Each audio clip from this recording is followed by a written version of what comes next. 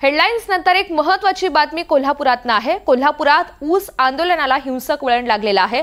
अर्जुनवाड परिसरामध्ये शेतकऱ्यांनी ऊस वाहनं पेटवली आहेत। ऊस दरवाढीच्या मागणीसाठी शेतकरी आक्रमक झाल्याचं कोल्हापुरात पाहायला मिळतंय। अर्जुनवाड शिरोळ मार्गावर 2 ट्रॉली पेटवण्यात आल्यात। अर्जुनवाड परिसरामधले हे शेतकरी आक्रमक झालेले आहेत। शेतकऱ्यांनी ऊस वाहनं पेटवून दिली आहेत। ऊस दरवाढीच्या मागणीसाठी हे शेतकरी आक्रमक झाल्याचं पाहायला मिळतंय। विशाल पुजारी आपल्या सोबत आहेत, त्यांच्याकडनं माहिती जाणून घेऊयात। विशाल, या शेतकऱ्यांची नेमकी मागणी काय? ऋतुजा, पाहिजे झालं तर जिल्ह्यातल्या शेतकरी संघटना आहेत त्या यंदाचा जो ऊस दर आहे तो वाढीव दरासाठी मागणी करतायत आणि याच मागणीसाठी हे आंदोलन जे आहेत आता पाहायला मिळतात। हिंसक वळण जे आहे ते कुठेतरी आंदोलनाला लागताना पाहायला मिळते।